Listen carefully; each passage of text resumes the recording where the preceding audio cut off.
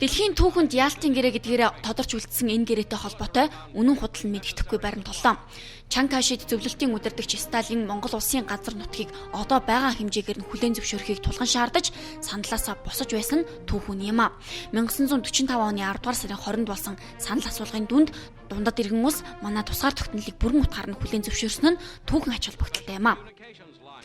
1945 оны 8 дугаар сард Москва хотно дундад иргэн улс зөвлөлт болсон хооронд хилцээ явсан. 45 оны 2 сард Яалтын гэрээгээр Монгол улсыг өнөөгийн байгаа статус quo нөлөөлж зөвшөөрнө гэж одоо 3 их гүрэн тохирсон юм байна. Тэгээ энэ 6-аас 8 сарын хооронд болсон хилцээгээр бол дундад иргэн улс аргагүй диж бүгд найрамдах Монгол ард улсыг өнөөгийн байгаа хэлээр нь хүлээн зөвшөөрөхөөр шийдвэрлээд тэгтээ хүлээн зөвшөөрөх болцол нь хоёр болцол тавьсан. Нэг нь бол зөвлөлт холбоот улс Японы эсрэг дайнд орох.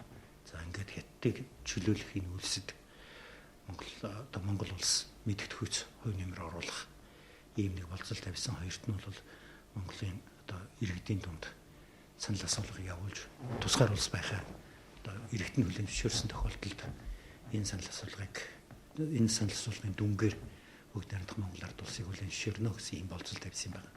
Тэгээд 1945 оны 10 дугаар сарын 20-нд энэ санал асуулга явагдсан.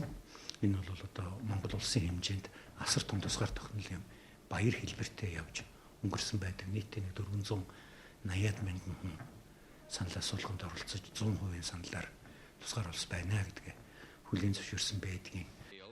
Монголчууд энэ санал асуулгад оролцсноор бүрэн утгаараа эрхчлөө тусгаар тогтнолоо дэлхийн хамгийн хүчирхэг гүрнүүдээр хүлээн зөвшөөрүүлж чадсан. Тухайн үйл явдлаас 16 жилийн дараа Монгол хүн нэгдсэн үндэсний байгууллагын эндэр дээрээс тусгаар тогтнол бүрэн эрхт байдлаа тунгаглаж нэгдсэн үндэсний байгууллагын гишүүн орон болж байлаа. Тэгэхээр түүхэн ач холбогдолтой энэ өдрийн үнцнийг мартах учиргүй.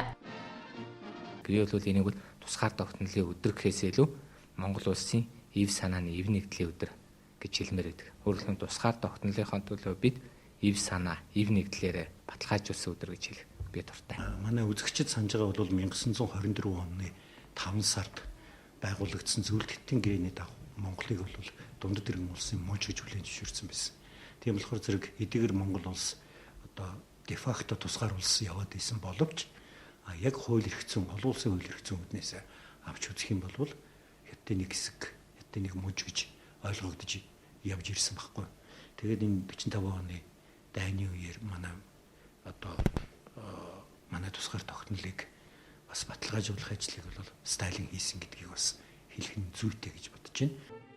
Тухайн үеийн удирдагч Чо Болсонг Москвад дуудуулан уг гэрээ хийсэн байдаг.